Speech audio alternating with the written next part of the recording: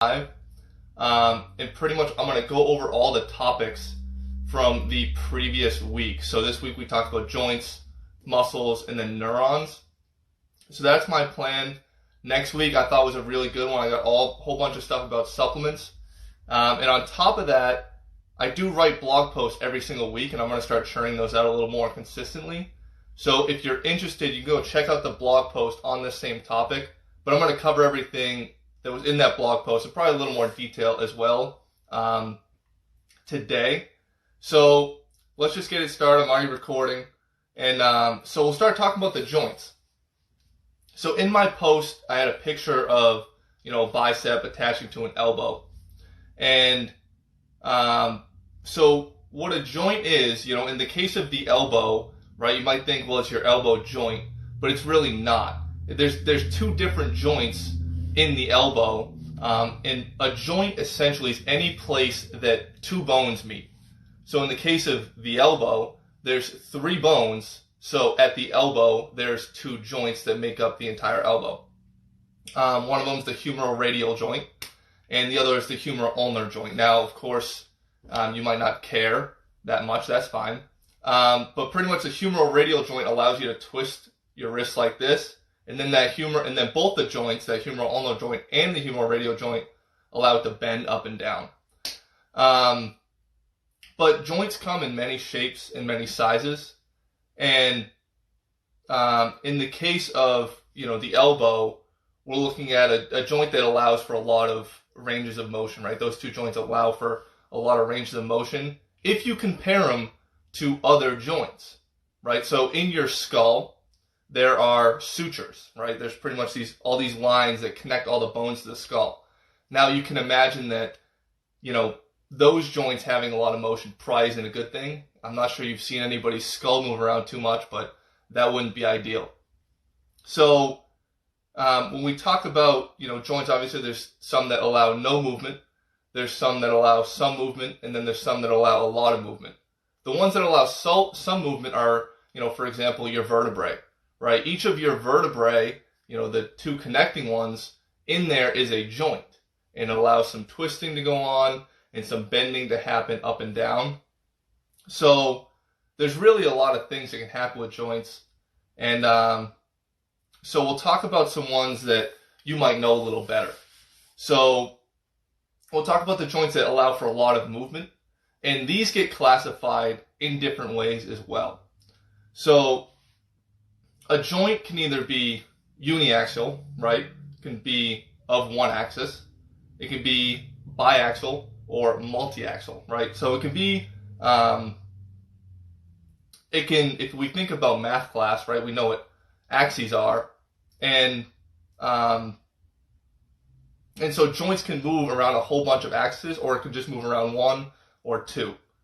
In the case of the elbow, we're looking at joints that move around two axes, right? It can go up and down, and then it can twist like this. However, we also know that we have a shoulder and we have a hip. So our shoulder can move around in a whole bunch of different ranges of motion. Our hip can do the same thing, right? These are ball and socket joints. Now, in the case of the shoulders are a pretty complicated joint, right? It's not just that ball and socket joint that we all know. It's also, this joint here, another joint back here. It's a whole bunch of joints, but we just call it the shoulder because that's the easiest thing to call it. Really, that ball and socket joint, again, this isn't very important information, but it's the glenohumeral joint, right? It's where the glenoid fossa and the humerus, which is your upper arm, meet. So that's that junction that I talked about where one bone meets the other, therefore they make a joint. Let me scroll down a little bit here.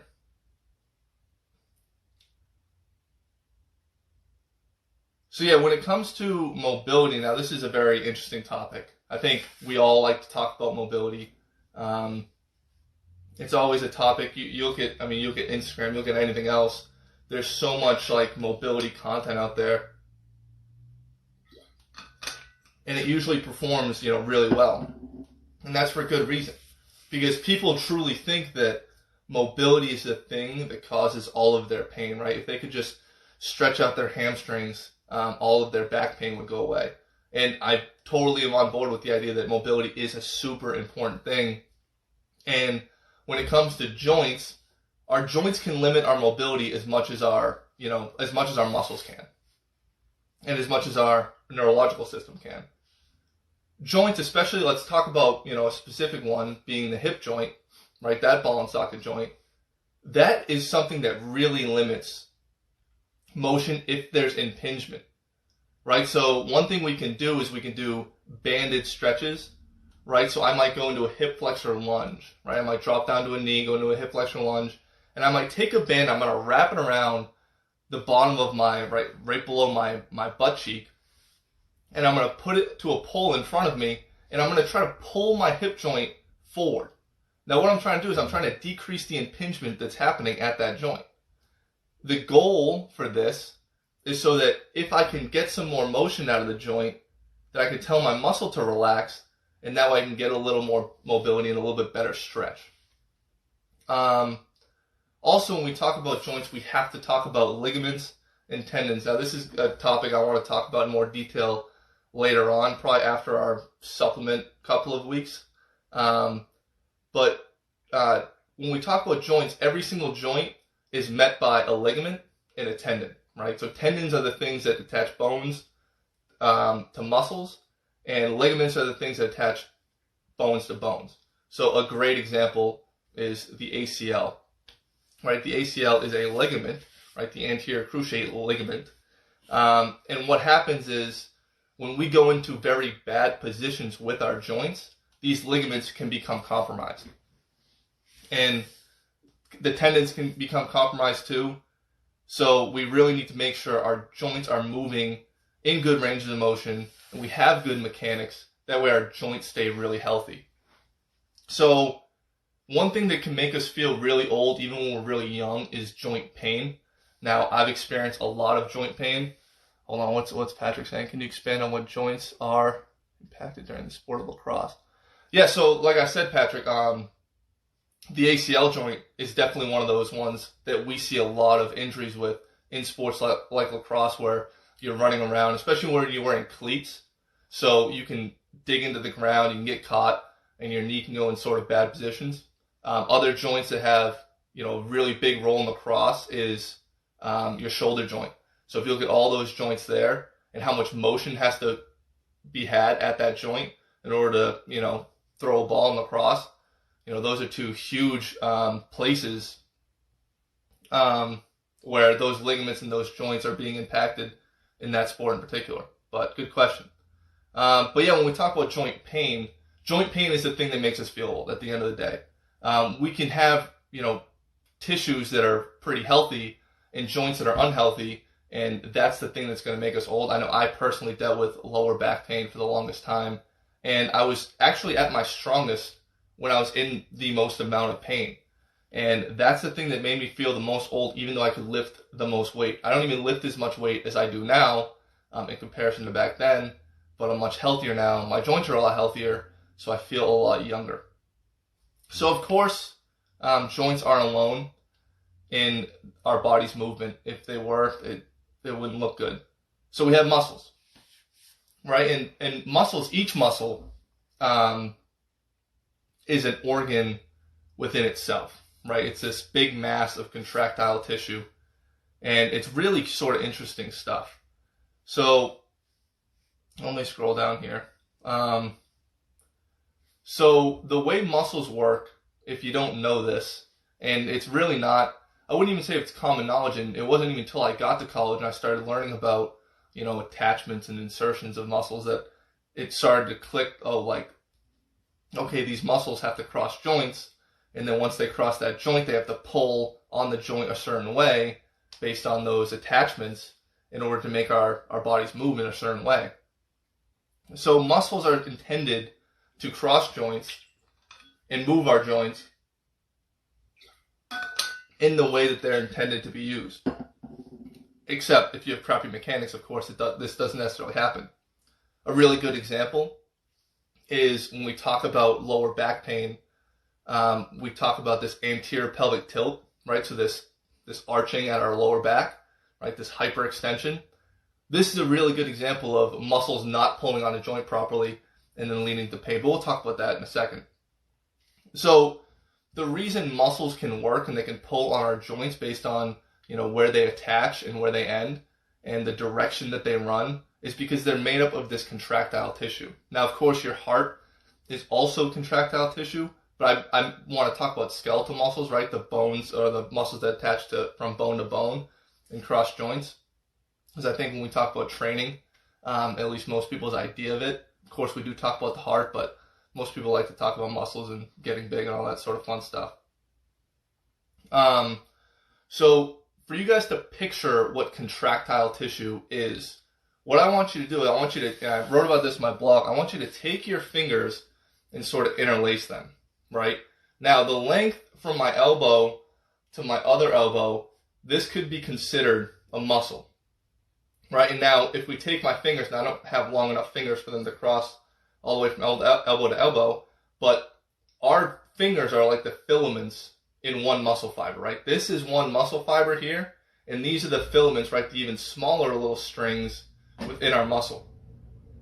Now, what they do in order for a muscle to contract is they overlap, right? So they just slide on top of each other.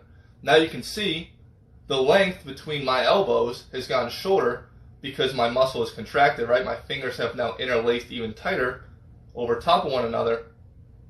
Therefore, that's like, for example, if I want to shorten my bicep, right? That's a shortened position. Now the distance between here and up here has gotten shorter. Those filaments have now overlapped. So that's how a muscle works.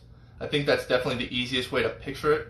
But obviously now we need those neurons to tell our muscle when to shorten and when to lengthen. The same thing happens in your heart, right? To squeeze your heart, right? We can even think about the heart moving like this, right? All those filaments contracting and making that ball really, really tight.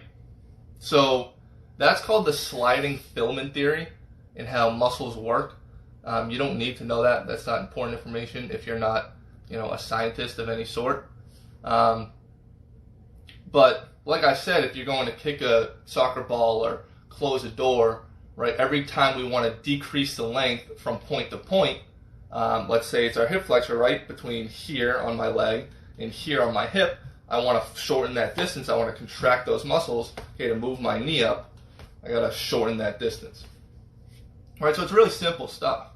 It really isn't much more complicated than that, other than the fact that there is neurons connected to that, and they're doing a whole bunch of chemical things in order to make that happen.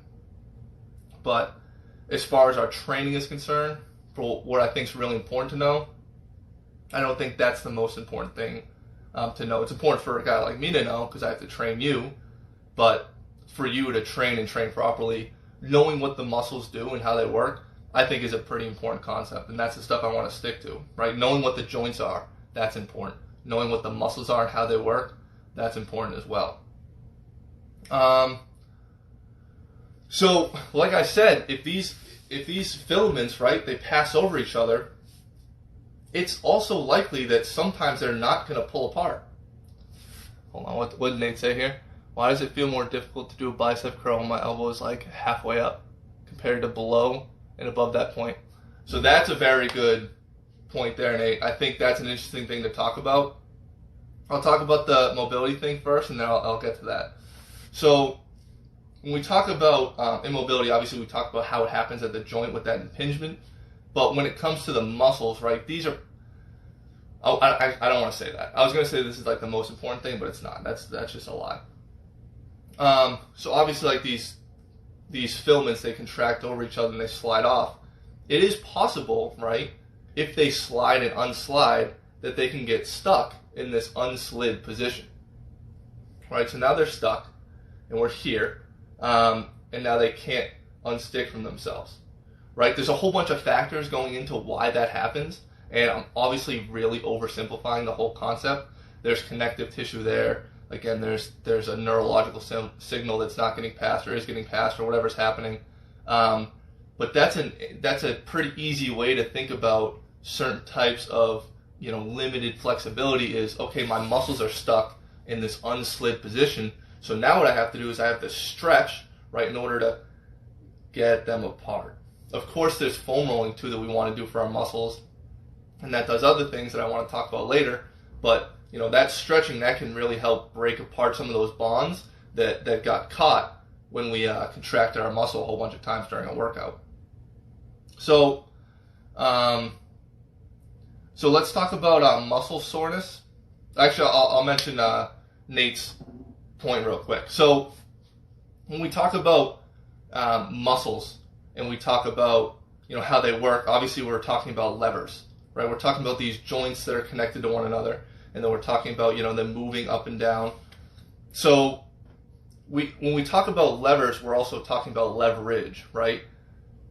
It's at what point is it the easiest for me to move this force? Now, most muscles, and you'd think this would be weird because we've been evolving for billions and billions of years, if you believe in evolution, which I think you should. If you believe in evolution, then you know that we've been evolving for billions of years, and it's kind of weird to think all of our muscles are moving at this incredible mechanical disadvantage, because these moment arms, right, the distance from where the muscle has to produce force and where that force usually is pretty far. But when we move through a range of motion, that force, right, that leverage increases or decreases depending on where you move. Now, in the case of the bicep curl, like Nate talked about, at the bottom of that motion, that point where that force is as far away as possible. As I pull it up, now that force is starting to get to a point where I have more leverage in order to move it up. That's why, at the bottom, to lift a heavy dumbbell and curl it up, that's why it's really heavy down there. Now that's why at the top it's a little easier. Now that's, again, oversimplification of all the things, but that's the best way to think about it for the terms I think are important. So let's talk about muscles and muscle soreness. Now, muscle soreness does not come from, lactic acid burning holes in your muscles. I'm sorry, that's just not what it's coming from. Lactic acid is not there for longer than that point where you're feeling that burning sensation in your quad when you're doing a squat. Once that burning sensation is gone, that lactic acid, right, that's pretty much gone. As far as, how much it's going to provide you pain during your workout. Muscle soreness comes from muscle breakdown, right? Muscle tissue breakdown, us creating these micro tears in our muscles.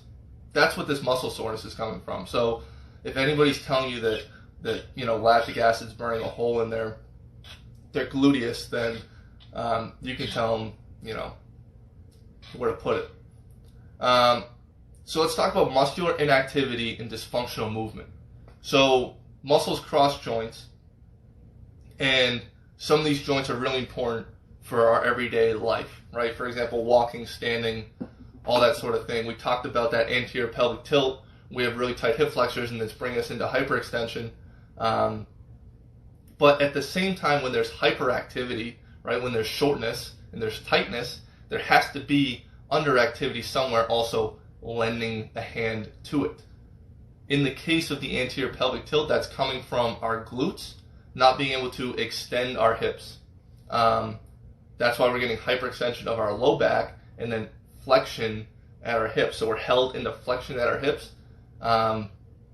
If we could only turn on those glutes, then maybe we could loosen up those hip flexors and we could be in a lot better spot.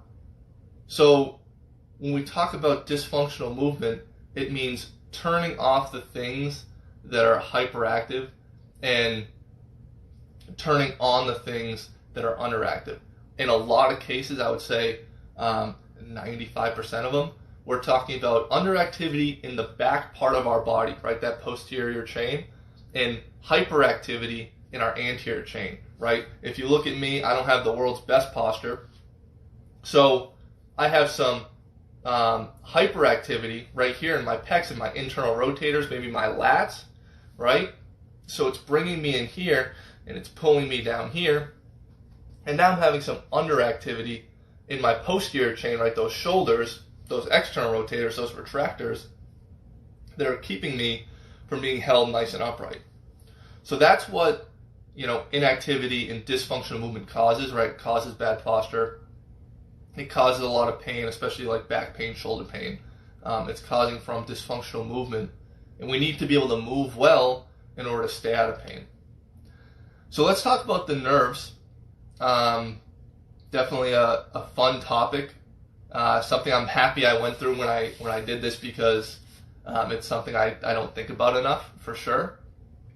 But if you're a savvy kinesiology PhD or a neuroscience major or whoever you are, I would say turn off this Instagram Live now, because you might get mad at me for the things I'm going to say, and because it's just the gross oversimplification of everything.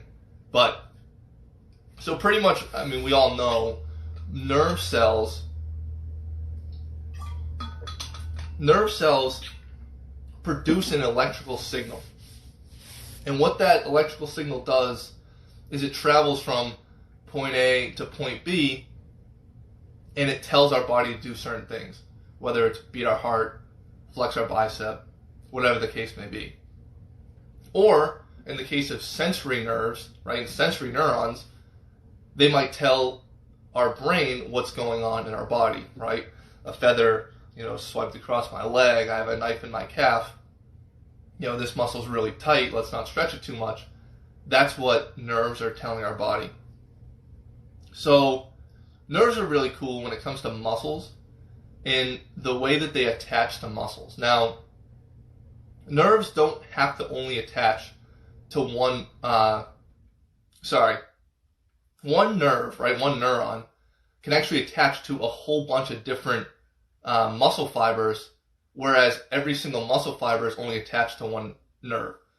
Now, in the cases of like the quad, right, really big muscles, this is usually the case, right? One nerve turns on a whole bunch of different muscle fibers. We don't need that sort of fine movement in our quad, right? All it's got to do is, straighten the knee, bend the knee, straighten the knee, bend the knee. It's pretty simple. So we don't need, that really fine movement and those fibers having independent neurons. That takes a lot of energy. So what we have is this sort of, polygamous relationship between nerves and muscles. Now, this isn't always the case. We also have more monogamous relationships, like in all the little muscles in our eyeball. Now, if I want to look one direction or the other, with my eyes, it's going to take a lot more fine movement. Same thing is the case in my fingers and all the muscles in my forearms. In the case of, the forearm muscles and the eye muscles, right, these more fine movements that we have to work on, more nerves are going to connect to more muscle fibers versus, in the quad where it's, one nerve might connect to thousands or hundreds of thousands of muscle fibers at the same time. So what do I want to talk about now? So let's talk about force development when it comes to nerves and muscles. So when we talk about force development, we need to increase the signal. If I need to increase the amount of force that's going to my muscle, I need to increase the signal that's going to that muscle. So if I need to, squat 500 pounds, or if I'm really bad at taking a pickle jar lid off and I'm really squeezing and I'm really twisting, I need to now increase that electrical signal. So that's called muscle fiber recruitment, which is just a fun word for saying more electrical signals going to a muscle, therefore more force is being produced. More muscle fibers are being turned on, more of my actual muscle is being turned on, so now I can produce more force and move that 500 pounds or take that pickle jar lid off so I can continue to impress my girlfriend with my strength. So, like I said, there's these motor neurons, right, that connect to our muscles, and they go both ways. And then we also have those sensory neurons that are sending signals from our muscles to our brain versus the other way around. These sensory neurons, I want to talk more about, not necessarily sensory neurons in the case of like a feather brushing up against your arm. I want to talk about them more in the sense of them noticing the length of your muscles. So again, we've been talking a lot about mobility when it comes to joints, muscles, and now neurons. When it comes to mobility and flexibility, when it comes to neurons, we're talking about these little sensory neurons that, like I said, they're noticing what length our muscle is at. Now, in cases of instability, right, or in cases of impingement, these neurons, right, these sensory neurons, might be thinking that your muscle is shorter than it is, or it knows that you're unstable. Or about the order of recruitment. Arch, maybe we'll talk about that another day, but this is a little beyond the scope of what I've talked about for the past week, but that's definitely an interesting topic. Actually, I'll talk about that later. So, where was I? Yeah, so when it comes to, flexibility, mobility, and instability, when we have instability, these neurons, right, these sensory neurons might be thinking that this muscle is shorter than it actually is. So raise, let's say you're doing a hamstring stretch, right? And you're folding over and you're reaching towards one leg, but at your hip joint, it knows that there's a lot of motion, or it knows that it's getting jammed up really tight. It's going to tell your muscle, hey, stop stretching there because your hip joint's about to come out of place. Or in the case of, almost spraining an ankle, you might step down and you might feel like your ankle's a lot shorter. That ankle joint has a lot less range of motion because it knows that there's instability happening at one of those joints in the ankle. That's a protective mechanism, right? But if we can do two things, right? If we can decrease the amount of impingement and the amount of instability that's happening at our joints, and we can increase the amount of actual soft tissue, right? That contractile tissue, if we can increase that length in our actual muscle, then we can tell these sensory neurons to relax a little bit so that they can know the actual length of our muscles. Therefore, we're getting mobility now from all three of these mechanisms, right? These joints are feeling okay because they're stable and they're not getting pinched up anymore. We're in good position. Our muscles actually have soft tissue length, right? We've decreased the amount of unslid filaments that are there, so we now have more length at our muscle tissues. And now we're telling our neurons that everything's okay, we're good to go, therefore now we have more mobility. If you look at the best mobility programs, they're also strength training programs. I know if you're still in here, you'll love me saying that. Good, effective strength training with really good, proper movement is going to increase your mobility.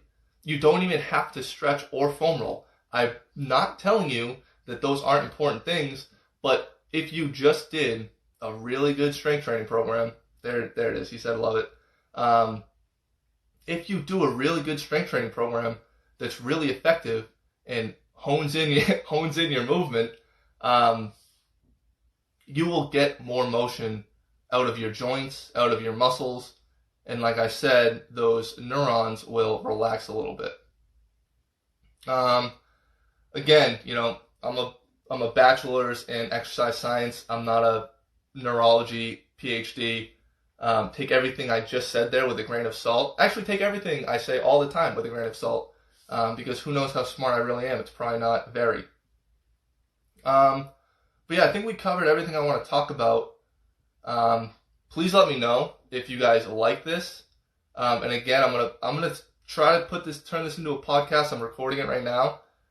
If you guys like this, I'll keep doing it. And if you guys want me to go into more detail or less detail or whatever it is, let me know. But yeah, again, if we take all of these components, right, our joints, our muscles, and our nerves, we create good motion, we create stable positions, we create healthy, happy tissues, we're going to be pain-free, more healthy, and then we can perform at a higher level. So that's always the goal. Guys, if you don't follow it already, make sure to check out my second Instagram. That's at John Williams Training. I post a whole bunch of other stuff on there too. Either like it's a description of an exercise or an exercise you guys probably haven't seen before, or updates and stuff on my personal training. If that's something you're interested in, that usually goes up on that page. And then obviously all the Tiny Whiteboard Workout stuff goes up on Tiny Whiteboard Workouts. And again, I've talked about this for the past couple weeks. I'm making a transition with the page. So we're talking about more, fitness tips, fitness advice, stuff like this, where we're talking about the joints, we're talking about the human body, we're talking about the supplements next week and the week after. So if you're interested in that sort of stuff, that's what we're working on throughout the weeks moving forward. And then there's only going to be 2 workout posts a week. So if you want to go and buy the workouts, because now there's only 2 a week and you can't do them all in the same week, those are always on my website, tinywhiteboyworkouts.com. So make sure to check that out. Also, I do have the Patreon up now, so if you want to support the page, please do so. With the Patreon, it's not like you're just, giving me money for nothing. There's tiers, right? So each tier gives you more and more stuff. You either get, workouts at a discounted price. One of my Patreoners, I gave him a workout, but I'm also doing check-ins with him every single month to see how the workout went and making sure he's on the right path. And then you start going more and more down the list into more, personalized online training. So if you guys are interested in that, go check out my Patreon. There's also a link to it on my website, so tinywhiteboyworkouts.com/online-training. If you go to the link there, it'll send you right to my Patreon. It's super easy. And then that link is in my bio, so check that out. And again, I'm still thinking about making this a podcast, so I'll keep you guys updated. And then this is a blog post as well. So all these Instagram Live notes that I've been reading off of the whole time, this is also all in my podcast or in my blog. I think the blog was pretty well written. I had a couple people read it. I thought it came out well. And I already have the blogs up for next week. So if you want to learn more about supplements and whey protein, I guarantee you're interested in those two topics, then go check out those two blogs. I just posted them tonight. And that's on tinywhiteboyworkouts.com/blog. Guys, I kind of like this. I don't know. I think I'm going to keep going. It's, 32 minutes. That's really not that bad. This is probably the length I expected to be at. And I think if, I do the Instagram Live thing and the podcast at the same time, it kind of knocks out two birds with one stone. So I'm going to keep moving forward with this every single Sunday, probably about 6:30 to keep it consistent. If you guys want a different time, let me know if something else works better for you. Also, happy Mother's Day. But